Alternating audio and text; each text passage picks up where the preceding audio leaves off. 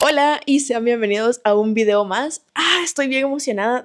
Me quito los lentes para que no les moleste el reflejo. Hoy vamos a hablar de un tema que me han pedido un poco a través de Instagram sobre todo, y es que en esa plataforma les he mostrado un poco los cambios que he tenido a lo largo de aproximadamente un año referente a la resistencia a la insulina. Ok, voy a empezar el video diciendo: soy una random en el internet que no tiene conocimiento acerca de nutrición, no es profesional de la salud, no es endocrinóloga, no es nutrióloga, nada de eso. Lo único lo cual quiero platicarles en este video es acerca de mi experiencia, lo que yo hice, qué cosas me funcionó con base a la información que me han dado diferentes especialistas. Reitero, esto es solo lo que a mí me funcionó, y lo que me puede funcionar a mí puede no funcionarle a otras personas, ya que muchas enfermedades son multifactoriales. Si hiciste clic en este video, inferiría que sabes lo que es la resistencia a la insulina, pero en caso de que no, voy a explicarlo de manera muy escueta, muy sencilla. Si son profesionales de la salud y ven que la estoy cagando en algo que estoy explicando, por favor, corríjanme en comentarios. La insulina es una hormona la cual permite que ciertas células utilicen la glucosa o el azúcar en sangre como fuente de energía. Cuando eres insulino resistente o tienes resistencia a la insulina, pasa que estas células no responden adecuadamente a la insulina, provocando que hayan niveles de glucosa un poco altos en sangre. La resistencia a la insulina muchas veces es llamada como prediabetes, y es que es uno de los precursores para la diabetes tipo 2, tema bastante serio. Esa es toda la explicación que voy a dar acerca de la resistencia a la insulina. Hay todo un proceso metabólico, fisiológico muy complejo detrás, y ahora vamos a hablar acerca de cómo me di cuenta de que yo tenía resistencia a la insulina, que a partir de aquí yo creo que mayormente se va a tratar ya de pura experiencia y de qué fue lo que yo noté. La resistencia a la insulina es multifactorial, tiene muchísimas causas. Una de ellas es el sobrepeso, la mala dieta, genética, y una de las más comunes también, que es el síndrome de ovario poliquístico. Yo por lo general me hacía exámenes de sangre cada 6 meses más o menos para ver cómo andaba, y la realidad es que durante todo ese periodo mis exámenes salían bien, incluso de glucosa. Para esto les hablo de entre 2021 a 2024, que fue cuando me di cuenta del problema. Lo que salía en mis estudios es que tenía un poco alto el colesterol y los triglicéridos, pero como menos de 10 puntos arriba de lo que sería el nivel normal o esperado, nada demasiado grave tampoco. Yo sabía que habían varias cosas que estaba haciendo mal, que era que me estaba alimentando de manera muy mal, fumaba mucho, tomaba alcohol de manera relativamente frecuente, no tenía buenos horarios de sueño, no hacía ejercicio aunque trataba. Pero para mí la primera señal de alarma total fue la acantosis nigricans. Le voy a decir solo acantosis. La acantosis es una condición en la piel la cual hace que se engruese y tenga cierto oscurecimiento, además de algunos pliegues. Por lo general sale en zonas como axilas, cuello, ingles, en el busto, incluso en diferentes partes, como también pliegues. Donde yo presentaba acantosis era en el cuello, y les voy a dejar aquí una foto de cómo estaba. Esa vez fui a hacerme toma de glucosa en ayunas. Mi glucosa estaba bien, pero yo decía, ok, pero seguramente hay algo raro porque no entiendo por qué me está saliendo acantosis, por qué tengo acantosis. Otro de los factores que yo identifiqué es que yo no podía comer cosas dulces. Es decir, si yo comía algo muy dulce, como por ejemplo algún postre, algún jugo o refresco, era segurito que con solo un poquito, aparte de que soy muy mala consumiendo dulce porque me empalago muy rápido, era que me iba a dar dolor de cabeza, pero un dolor de cabeza muy agudo. Así que yo evitaba a toda costa cualquier tipo de producto procesado con mucha azúcar. Ya luego comprendí que eso hacía que hubieran picos de glucosa encabronadísimos en mi sangre. Como mi glucosa siempre salía en los niveles normales y me puse a investigar acerca de las causas de la acantosis, dije, ok, quizá puede que esté presentando ovario poliquístico y no lo sepa, porque otro de los factores que tenía era que tenía mucho acné hormonal, pero tenía muchos brotes siempre en la misma zona, que era en esta parte de la barbilla. Hay muchísimas causas para el ovario poliquístico. Desconozco si siempre que tienes ovario poliquístico eres irregular, pero yo dudaba en tenerlo porque yo siempre he sido una persona muy regular. Igual fui al ginecólogo, me revisaron, no salí con nada, es decir, no tengo ovario poliquístico, y ahí fue mi encrucijada de, ok, entonces, ¿qué es lo que está pasando? Un día estaba viendo TikToks y me apareció un video de una nutrióloga que hablaba acerca de los cambios que tenía una de sus pacientes solo como con dieta adecuada, y que ella era insulino resistente. Explicó un poquito acerca de qué era la resistencia a la insulina, que la acantosis no siempre es un síntoma, pero puede ser uno de los síntomas, y que también pasaba que a veces los exámenes de glucosa salían bien, pero tenías que hacerte otros exámenes para descartar resistencia a la insulina. Y fue donde yo dije, ok, ¿qué exámenes tengo que hacerme? Si quieres saber específicamente si tienes resistencia a la insulina, hazte una prueba de índice OMA, la cual es una medida que se usa específicamente para detectar el nivel de resistencia a la insulina. Específicamente es el OMA-IR, si no recuerdo mal. Si tienes un valor igual o mayor a 3 puntos, eres insulino resistente. Bienvenido al club. Estoy revisando los análisis que me hice hace ya prácticamente un año. Fueron del 16 de junio del 2024 y tenía un índice de resistencia a la insulina de 9.08 puntos. Es decir, el triple de lo que era el nivel normal. En cuanto a lo que era insulina en suero, el nivel normal está entre 2.60 hasta 24.90, según los parámetros del lugar donde me hice los análisis, y mi insulina en suero era de 42.30, casi el doble. Otra cosa que me recomendaron hacerme fue un perfil tiroideo, pero del perfil tiroideo todo estuvo bien. En mi particular caso, el tema de la resistencia a la insulina fue porque estaba llevando una muy mala dieta, me descuidé por mucho tiempo y ya mi cuerpo estaba pasando factura, me estaba gritando, oye, préstame atención, está pasando esto, mírame. Como yo encontré a esta nutrióloga y se me hizo muy fácil como acceder a la información a través de ella, yo dije, ok, voy a revisar cómo puedo llevar todo esto a través de dieta, porque ya estaba tomando metformina, que es algo que normalmente se recomienda en resistencia a la insulina. No sé si en todos los casos. Estos análisis me los hice antes de ir al ginecólogo, entonces el ginecólogo me recomendó tomar metformina y estaba tomando metformina, pero de verdad fueron muchos efectos secundarios que yo dije, no quiero eso, o sea, de plano no quiero tomar medicamentos porque estaba todo el tiempo muy mareada, tenía mucho vómito, tenía muchas náuseas, tenía diarrea también todo el tiempo y me sentía mal. Yo dije, creo que voy a tener que aplicarme y hacer otra cosa porque creo que al menos metformina no estoy dispuesta a tomar. Así que como se me había hecho fácil acceder a la información a través de esta nutrióloga, me acerqué con ella para ver qué planes tenía o de qué manera podía revertir mi resistencia a la insulina con únicamente alimentos, con aplicarme a tener una mejor alimentación y también a empezar a activar mi cuerpo. Voy a hablar mucho de mi nutrióloga porque ella fue factor clave para otras cosas que voy a comentar más adelante en el video. Les voy a dejar aquí el perfil de mi nutrióloga. Se llama Karina Quintanilla Martínez, pero la van a encontrar como Cashew Health tanto en Instagram como en TikTok. Yo vi que tenía consultas como 1 a 1, pero también vi que tenía unos retos llamados Es por mí, el cual consistía en planes semi personalizados con grupos de apoyo para personas con resistencia a la insulina, ovario poliquístico, hiper e hipotiroidismo. Y yo dije, ok, creo que tiene consultas 1 a 1 como en lista de espera de mes y medio. Así que voy a intentar un reto. Voy a tomar un reto para ver qué tal me va y pues nada, hacer algo por mí. Me hizo mucho sentido el nombre. Y a partir de aquí me cambió mucho la perspectiva de muchas cosas respecto a la alimentación, porque la verdad es que en esas 3 semanas seguí al pie de la letra la dieta porque era algo que ya me tenía muy preocupada, necesitaba prestarle atención. 3 semanas de cambio, antes, después. Sí. Puede que físicamente no haya habido un cambio impactante como muchas veces nos hacen ver en redes sociales, sobre todo en la cultura del fitness. Ahora que me he metido un poquito en la cultura del fitness, está mucho el que parece que todo el mundo baja de peso en 2 meses y se pone mamado en 2 meses, cuando no es así. Pero bueno, ahorita no estamos hablando de ponerse mamado, evidentemente. Este cambio para mí fue importante, pero el cómo me sentí luego de esas 3 semanas cambió muchas cosas. No fui consciente de que viví toda mi vida inflamada, que si bien importa mucho qué es lo que comes, también importa demasiado el orden en el que comes. El tema del acné que les había mencionado desapareció, los dolores de cabeza desaparecieron. Para mí, el reafirmar o confirmar que la manera en la cual me estaba alimentando antes me enfermaba activamente fue un quitarme la venda de los ojos. Hay mucha comida allá afuera que es riquísima, pero que si la consumes de manera muy frecuente, te enferma y a veces no te das cuenta de que vives enfermo porque ya lo normalizas. Esos fueron mis cambios físicos en más o menos un mes. El 28 de septiembre volví a hacerme análisis, un poquito más de 2 meses de diferencia de este,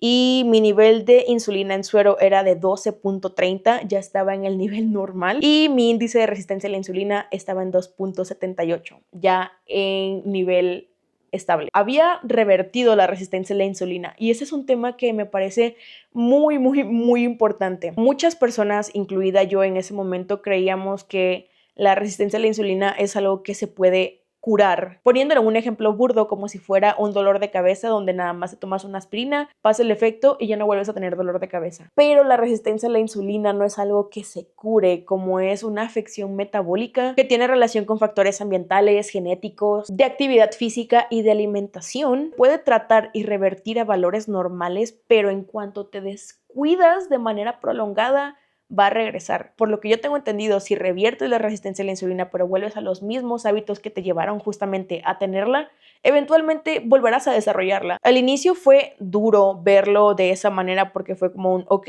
voy a vivir enferma toda la vida, según mi mente, pero también lo pensé como, ¿planeas vivir cuidándote para no tener esta resistencia a la insulina, que es prediabetes previo? ¿O prefieres cuidarte también toda tu vida de no tener picos de glucosa altísimos porque ya tienes diabetes, porque ya tienes esta afección que no nada más va a derivar en tener picos de glucosa altos, sino que tienen otro montón de factores que si no los cuidas se pueden desarrollar? Creo que ya a esas alturas de verdad espero que todos sepamos las consecuencias que trae la diabetes, y aquí no trato de satanizar la diabetes como si fuera lo peor que te puede pasar, pero me puse en la perspectiva de, ok, ¿prefieres cuidarte para no desarrollar diabetes o prefieres cuidarte ya teniendo diabetes? ¿Sabes? Creo que si llegas a un punto donde tratas de apelar a mantenerte lo más saludable posible, la prevención va a ser clave. Ahora vamos a hablar de otras cosas que he adoptado a lo largo de estos meses, porque insisto, todo esto inició hace ya prácticamente un año. Pueden dejar el video hasta aquí donde ya les dije qué es la resistencia a la insulina, qué fue lo que hice puntualmente para tratarla, qué análisis me hice y tener una visión general de lo que es revertir la resistencia a la insulina, o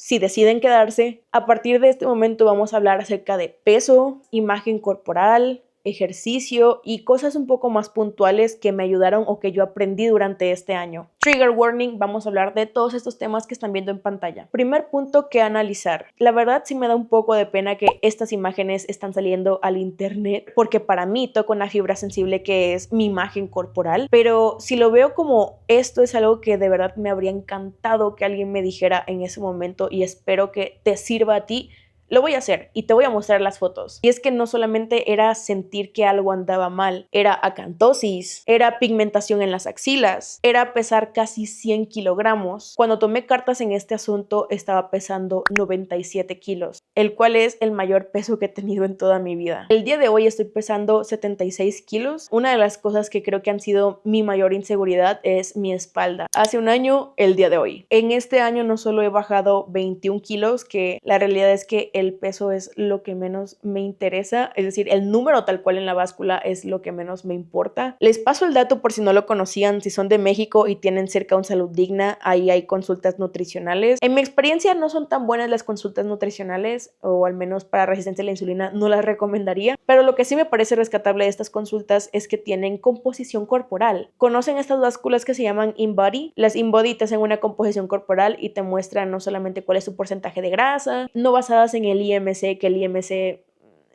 hay problemas con ello, sino que tienes análisis de masa magra segmental, es decir, cuánta cantidad de músculo tienes, cuál es tu cantidad de grasa, cuál es tu cantidad de proteínas, minerales, tu relación de cintura-cadera, tu contenido mineral óseo. Es decir, no es solo como, ay, peso tantos kilos, sino, ok, estos kilos están distribuidos en estos segmentos y cuesta solo 60 pesos, así que está muy chido. No solo revertí mi resistencia a la insulina y me he mantenido estable desde septiembre hasta el día de hoy, afortunadamente, sino que he perdido grasa y he subido masa muscular. Primer factor importante, la alimentación. Siendo una persona que tuvo una muy mala relación con la comida durante muchos años, o sea, estuve en extremos desde el no comer y hacer ayunos prolongados hasta el tener atracones de comida. No conocía un punto medio, no sabía cuáles eran mis señales de hambre o de saciedad, sobre todo. Les voy a hablar obviamente solo de mi experiencia, pero hubo algo interesante en tener estos retos de alimentación, que fue, uno, el grupo de apoyo. Luego yo nunca respondo nada, casi no mando mensajes en esos grupos, pero el saber que había otras personas compartiendo una misma situación situación que yo y que en ese caso todas éramos nuevas y teníamos un montón de dudas,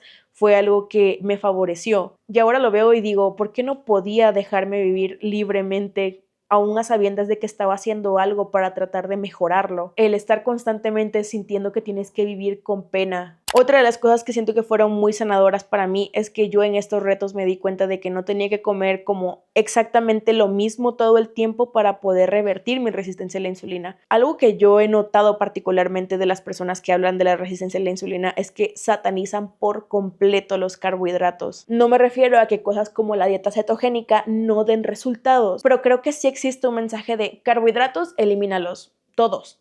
Todos son malos, cuando si bien la eliminación, entre comillas, porque al final siempre consumes carbohidratos, más bien diría que la reducción al mínimo de estos puede ser una de esas vías, puede ser una vía para poder mejorar la resistencia a la insulina. También existe el balance, sí puedes consumirlos, pero puedes consumirlos de cierta forma y en cierto momento. De las comidas que he hecho en estos planes, he comido pan, he comido tortillas, he comido papa, he comido camote, incluso he comido frutas, pero debes saber cómo y en qué momento comerlas. No es lo mismo comerte un pan a primera hora de la mañana y que sea eso con lo que rompes tu ayuno, a que te comas un pan con aguacate después de que ya antes comiste huevito. Por poner un ejemplo, orden en la alimentación. Hace un momento dimos el ejemplo del pan y es que es importante el orden de la alimentación porque dependiendo de con qué rompemos el ayuno va a ser la cantidad de picos de glucosa que puedes tener. No es lo mismo romper el ayuno con un carbohidrato simple a romper el ayuno con fibra, que es lo que generalmente se recomienda. Fibra de verduras, y aquí entramos con el tema de los jugos verdes. El jugo verde no es recomendado que se tome todos los días porque tiene un tema ahí con los oxalatos y que puede perjudicar a los riñones. Creo que máximo podría tomarse 3 veces por semana, pero los jugos verdes no deben llevar fruta, al menos los que son para romper el ayuno y para resistencia a la insulina. Yo a mi juguito verde le pongo pepino, apio, nopal, espinacas. No siempre le pongo espinacas, hay veces en las cuales me doy descanso de las espinacas, jugo de limón y jengibre.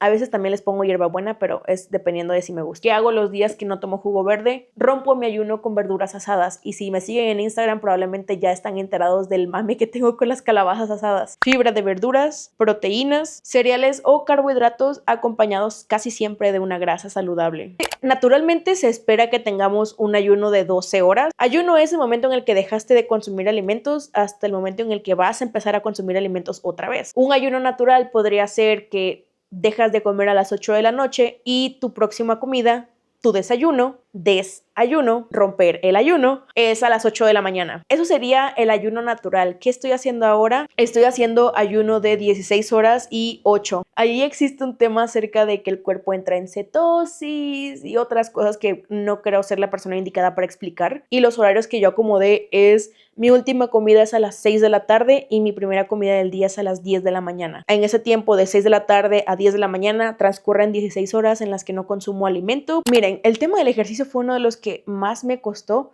pero ahora que está arraigado es uno de los que más disfruto. Para resistencia a la insulina, lo más recomendado es el ejercicio de pesas. Esto porque especialmente el ejercicio de fuerzas, como las pesas, hace que se sensibilice la insulina, provocando que las células utilicen las reservas de glucógeno como fuente de energía. Y eventualmente bajan los niveles de azúcar en sangre y ajá. A mí particularmente me daba mucha flojera las pesas, pero la realidad es que, aunque si bien es lo más recomendado, puedes hacer otro tipo de entrenamientos como puede ser pilates, yoga, ejercicios cardiovasculares. No son los más recomendados, pero igual traen otros beneficios. Creo que lo ideal y una de las razones por las cuales siento que ya el ejercicio se ha vuelto como una parte de mi día a día, tratar de ponerme retos personales. Recordar que todo lo que estoy haciendo no es solo porque tengo que curarme algo que yo me provoqué quizá por el mismo descuido, sino intentar de disfrutar el proceso. ¿Ya ven cómo dicen que la felicidad es un camino y no un destino? El tener siempre en mente no que la meta es revertir la resistencia a la insulina, si bien yo sé que es el fin, lo que se busca, al ser algo que no puedes dejar de hacer o no puedes como descuidarte por un tiempo prolongado porque si no puedes volver a tener resistencia a la insulina, creo que lo ideal es tratar de transformar tu entorno, mentalizarte que es algo que vas a tener que hacer de ahora en adelante. Por ejemplo, el ejercicio no como un castigo porque ya eso fue lo que te tocó vivir o lo que elegiste vivir entre comillas, sino como algo que sepas que puede hacer tu cuerpo, que el cambiar tus hábitos alimenticios no es una manera de martirizarte, sino adoptarlo como un nuevo estilo de vida, de algo que puedes mejorar en este momento, de algo que te va a traer muchos otros beneficios, que no solamente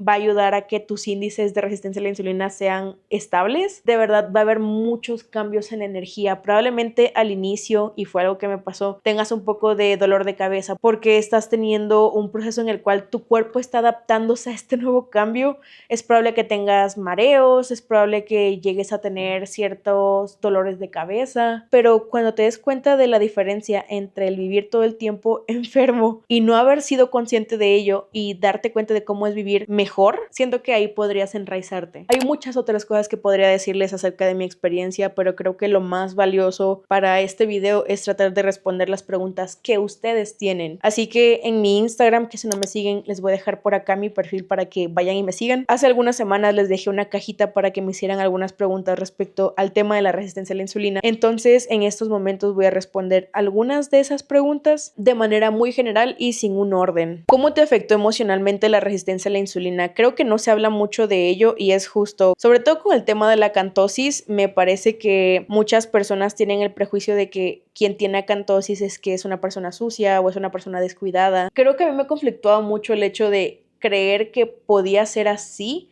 a pesar de que estaba intentando hacer algo para cambiarlo. Emocionalmente me pasó que durante 23 años de mi vida no pude alzar los brazos por la pigmentación de mis axilas, igual los niveles de energía, el que todo el tiempo me sentía cansada, el que todo el tiempo tenía dolores de cabeza constantes. Llega el punto en el que no puedes ni siquiera seguir manteniendo el estilo de vida malo que estás teniendo porque también te está afectando. Es decir, es obvio que el tener malos hábitos te afecta, pero llega el punto en el que llega a ser insostenible incluso así. ¿Cómo hiciste para cambiar tu forma de alimentación y mantenerla? Mentalizarme que todo lo que estoy haciendo es para cuidarme en este momento. Ay, siento que en todos los videos que he estado subiendo menciono el tema de lo de mi papá, pero denme chance, ya han pasado apenas 4 meses. Uno de los momentos que creo que fueron cruciales este año, sobre todo, durante todo el año pasado traté de mantener estos buenos hábitos o de cambiar mi estilo de vida para mejorar mi resistencia a la insulina y tratar de mantenerla estable, pero cuando estuve en el hospital cuidando a mi papá antes de que falleciera, hubo un momento en el que estaba en el baño del hospital y en el hospital estaban 2 camillas, estaba la de mi papá, dividí una cortina y estaba la de un señor. Era mucho más joven que mi papá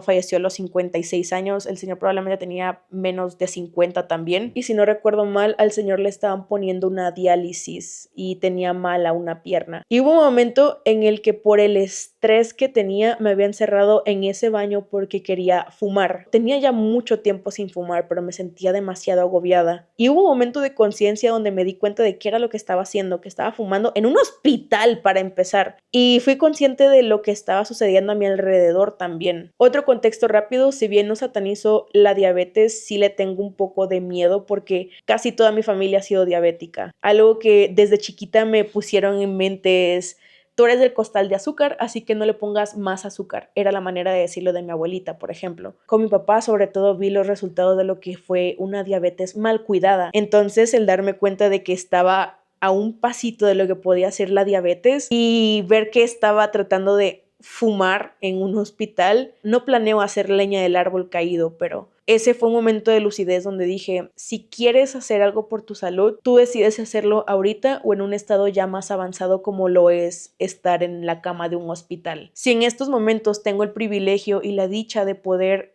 evitar eso, creo que lo más sensato sería tratar de tomar esa oportunidad para evitar que las cosas se pongan peor. Pero al final esa es solo la manera en la cual yo lo arraigué. Hay veces en las cuales uno lo piensa y dice: no, pues es obvio, si no te cuidas te enfermas y ya. Pero el haberlo vivido tan de cerca y en carne propia fue muy impactante. Al final ni siquiera fumé y boté los cigarros.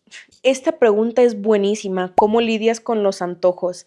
Al inicio todo se te va a querer antojar, pero cuando tu resistencia a la insulina esté controlado, créeme que al menos a mí me ha pasado que no me dan antojos de nada. Se me borró mucho el ruido mental de la comida de: ay, se me antoja esto, deseo esto, quiero y estar pensando todo el tiempo en comida. Fue muy raro. Probablemente al inicio, porque también me pasaba, sea difícil, pero mentalizarse que puede que después de ese periodo difícil, cuando revierto la resistencia a la insulina y ya luego estés estable, no vas a volver a tener antojos por todo, puede ser un buen motivante. ¿Es necesario forzosamente llevar un tratamiento médico o se puede solo con buenos hábitos? Yo aquí no les voy a venir a recetar nada, creo que cada caso es muy particular. No es lo mismo solo tener resistencia a la insulina a tener también síndrome de ovario poliquístico o tener resistencia a la insulina y además tener hipertiroidismo o hipotiroidismo. Yo, al ver que la medicación me estaba cayendo muy mal, decidirme por la parte de únicamente mantener hábitos sanos, no solo como para revertir la resistencia y ya está, y ahora descontrol otra vez y volver a los hábitos viejos, sino a mantenerlos para hacer un cambio en mi vida, no solo aunado a mi relación con la comida o mi relación con el ejercicio, sino a otros temas que ya les podría contar en otros videos, como lo puede ser la espiritualidad. Es muy raro también, pero siento que la espiritualidad igual me hizo un parote en todo esto. ¿Cómo lidiabas con la hiperpigmentación en tu pielecita? He caído a la conclusión de que la acantosis puede ser uno de los síntomas de la resistencia a la insulina. No todas las personas que tienen resistencia a la insulina tienen acantosis y no toda acantosis está generada por la resistencia a la insulina. No sé si me doy a explicar. En mi caso, aunque la resistencia a la insulina ya está controlada, hay zonas donde todavía tengo pigmentación. De las axilas ya pude hacer una gran mejoría, porque por acá les voy a dejar una foto de cómo estaba mi axilita antes. Pero otra de las cosas que me han ayudado mucho, aunque en menor medida, y del cual les voy a hacer un video en TikTok en algunas semanas, es el ácido cógico y el aceite de salvado de arroz. Sí, el aceite de salvado de arroz. Ajá.